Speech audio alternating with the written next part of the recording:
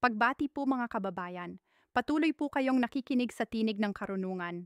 Hindi po nakaligtas ni hindi rin pinalagpas ni Mr. Ben Bitag Tulfo ang kanyang kapatid, utol na si Senator Erwin Tulfo dahil sa tila kapalpakan nito sa kamakilang naging issue po dyan sa Senado. Kung matatandaan po ninyo ay nadawit po si Senator Erwin Tulfo sa isang contractor na idinadawit po sa anomalya ng flood control projects sapagkat sa inilabas po na CCTV footage sa kamakailang hearing ng Senate Blue Ribbon ay kitang-kita si Mina Jose na isa ngang contractor ay pumunta sa opisina mismo ni Senator Erwin Tulfo na yang Mina Jose na yan ay isa sa mga pangalan na nilaglag ni Bryce Hernandez.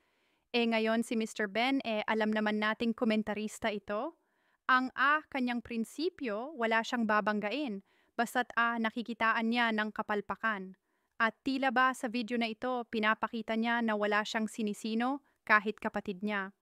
Magbibigay tayo ng reaksyon at ng komentaryo dito sa video na ito at kung papaano niya sinabon ang kanyang kapatid na si Senator Erwin Tulfo. Makikita niyo po sa screen ang nasabing video. Panoorin po natin ng sabay-sabay.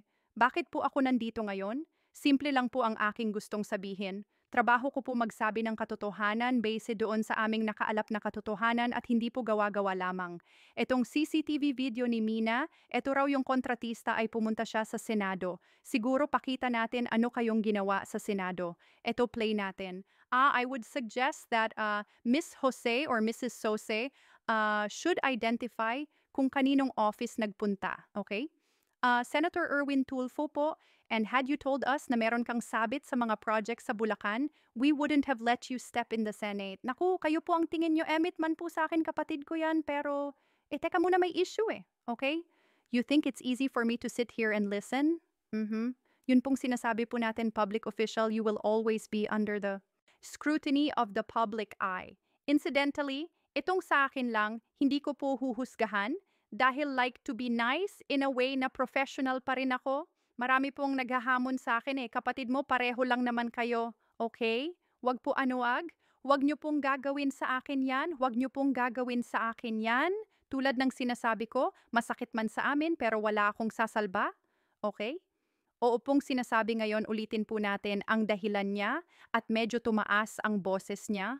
O sige dito ang sabi niya, learning her name was mentioned by Engineer Bryce. We immediately requested to cancel all contracts with WJ, where I specifically ordered to terminate our office refurbishment project with WJ.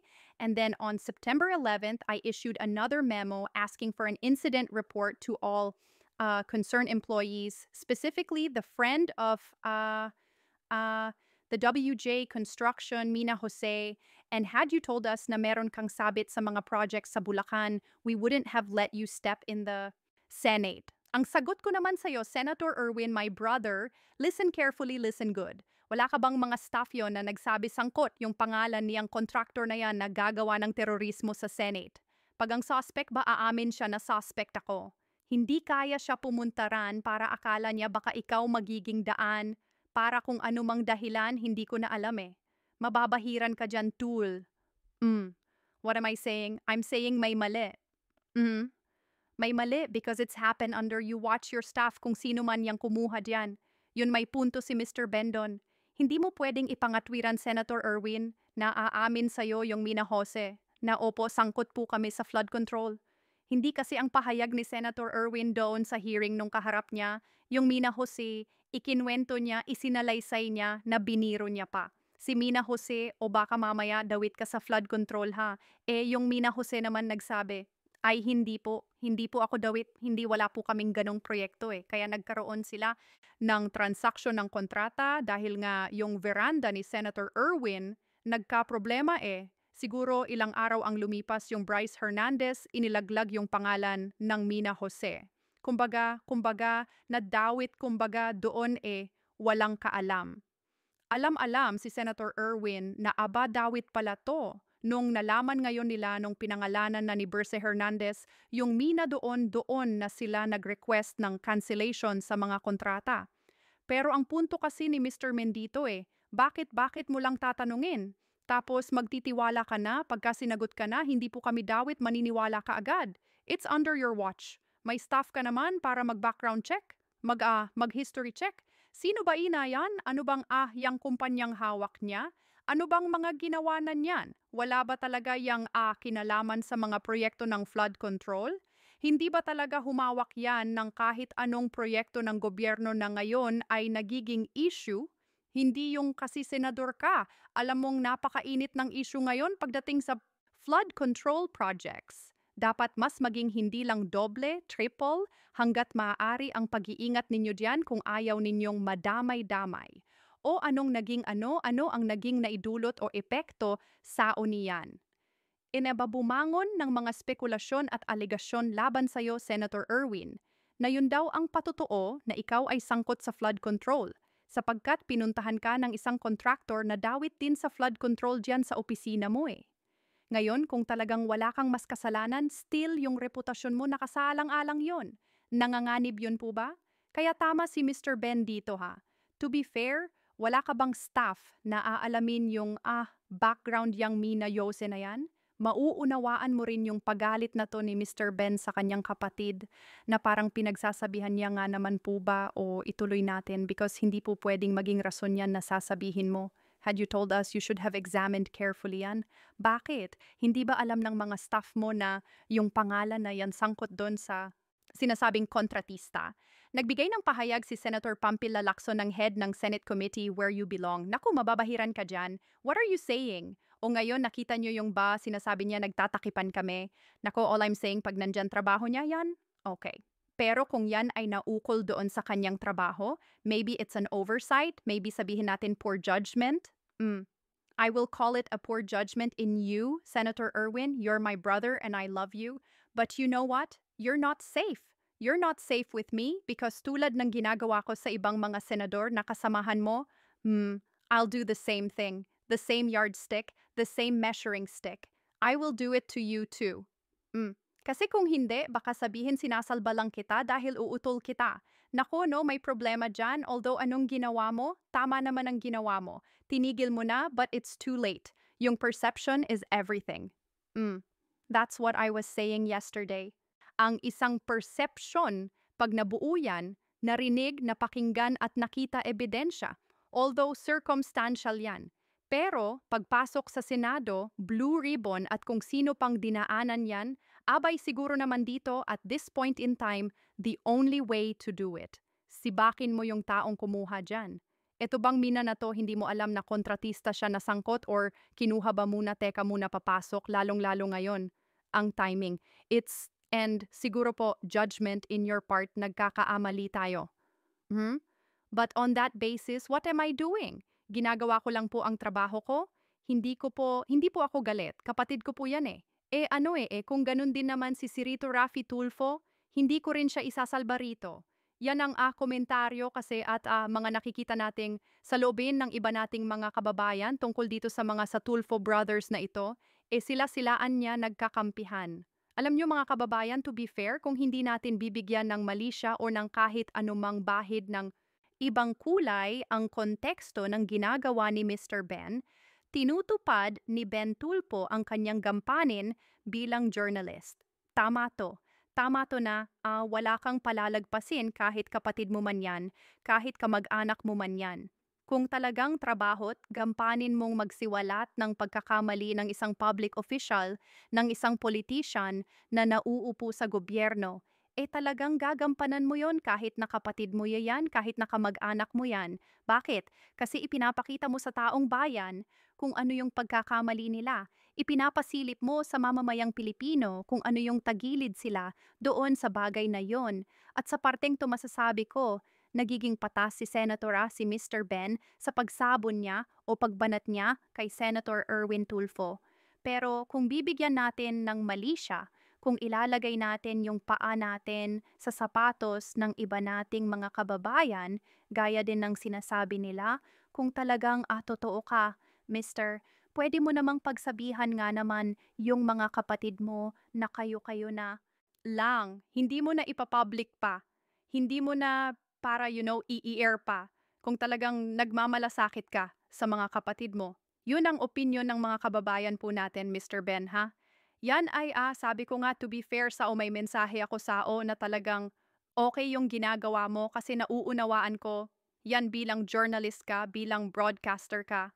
Nauunawaan ko rin yan sapagkat ako man din ay content creator. May mga nilalabas din tayo dito at kailangan hindi ako magiging bias. Yun lang naman yun eh. Ngayon, sa paa at sitwasyon at pananaw ng iba nating mga kababayan, ganun ang sinasabi nila. Kung talagang, totoo ka, kapatid mo naman yan eh. Bakit hindi mo puntahan? Bakit hindi mo na lang tawagan sa telepono? Bakit kailangan mo pang ER? Para ano? Para ipakita sa taong bayan na o walang-wala akong sinasanto talaga. Wala akong sinisino-sino. Basta may pagkakamali, titirahin kita, babanatan kita. Po ba? Ngayon, pagka ganun na ang perception ng tao, magkakaroon na naman ng ibang kulay. Yun na alam nyo naman po sa mundo ng social media, alam na ng mga tao kapag scripted or hindi. Minsan yung mga ganitong bagay kahit na hindi scripted, para sa pananaw ng iba scripted yan, ang iisipin nila, ginawa lang yan ni Ben para talagang isang uri pa rin yan ng pagtatakip para hindi sila masyadong mahalata. Kasi kung iisipin nga naman yung pagbanat mo kay Senator Erwin, hindi naman ganun kabigat gaya ng pagbanat mo sa ibang mga politiko. Halimbawa kay Senator Rodante Marcoleta po ba na iniinsulto mo siya noon sa pag-iimbestigan niya yung committee niya. Iniinsulto mo eh. Dito naman sa kapatid mo yung pagbanat mo eh. Hindi naman sa uring pag-atake gaya ng ginagawa mo sa pagbanat mo kay Senator Dante Marcoleta at sa iba pang opisyal kundi nasa uring pagdedepensa. Ano yung pagdepensa? Gusto mong palabasin sa ibang tao na, tol, wala ka talagang kinalaman diyan, pero mali yung ginawa mo. Pagtulong pa rin to kay Senator Erwin para linisin yung kanyang pangalan. Bagay na sa bahagi ko to be fair. Again, nauunawaan ko yon sapagkat kapatid mo yan. 'Di ba? Kapatid mo yan. Kung gagamitin mo man yung plataforma mo, syempre para linisin ang pangalan ng kapatid mo. Yun lang naman yung akin doon. Pero sa perception ng iba nating mga kababayan na mabibigyan nila ng mali siya, hindi natin sila pwedeng ipase para mas maunawaan tayo. Or tuloy po natin. Ganun po ang aking trabaho. Masakit man, teka muna. Sila po pinagsisilbihan ng taong bayan yan sa ilalim ng sinasabing tanggapan ng gobyerno at ang gobyerno papasahod sa kapan ng bayan. Ikaw, a public office as public trust. You must earn and make sure that perception is being erased.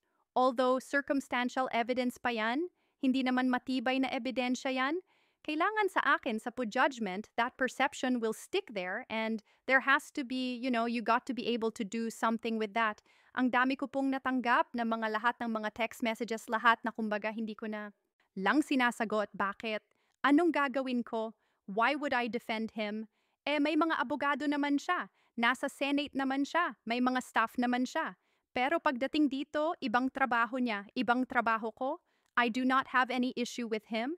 And the only thing is, that's what it is. I will not agree with what you're saying right then, there mag-uusap tayo.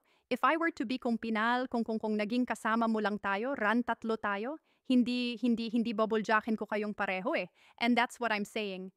Wala akong isasalba kahit sino. Get it now. So magagalit man sa akin mga kapatid ko, whatever it is, none of my business. I'm just doing my job. Do your job. Well, at the end of the day naman, alam ko naman magkakaunawaan yung magkakapatid na yan. Kahit pasabihin mong, alam naman nilang ano yan si Mr. Ben ba? Alam naman nila yung tabel ng dila nila, pare-pareho. Pag uwi nila sa kanila, hindi may kanya-kanyang bahay na mga yan O pag nagkita-kita na yung magkakapatid na, yan, wala lang sa kanila yon. Bakit? Alam nila trabaho ni Ben, yan O pabayaan mo na. Or ikaw, Erwin, sasabihin ni Rafi, senador ka, mali nga naman ang ginawa mo. Tatanggapin naman ni Erwin yon. O sa susunod, magiging babala kay Rafi yon. Magkakapatid yan. Magkakadugo yan ba? Mas matimbang pa rin yung pagiging magkakamag-anak ng mga yan po ba? Pero sa bahaging to tayo nga, sabi ko nga, nagbibigay ng reaksyon at komentaryo, tayo naman ay para unawain ng side bilang journalist at broadcaster nitong si Mr. Ben. Huwag tayong magpersonalan na lang. Yun na lang huwag natin personalin kasi kung personalan alam ko namang kaya niyang tawagan yon para pagsabihan at hindi na kailangan pang i-ere. Pero as Mr. Ben Bag official, trabaho niya na ipakita sa taong bayan na nagkamali ka Erwin, senador ka, lingkod bayan ka, Dapat hindi ganyan ang pagiging lingkod bayan para hindi ka mabahiran ng anumang mali siya sa perception ng ibang tao. That's a good critic, to be fair. That's a good critic para sa akin mga kababayan. Walang-wala akong nakikitang mali doon sa ginawa ni Mr. Ben.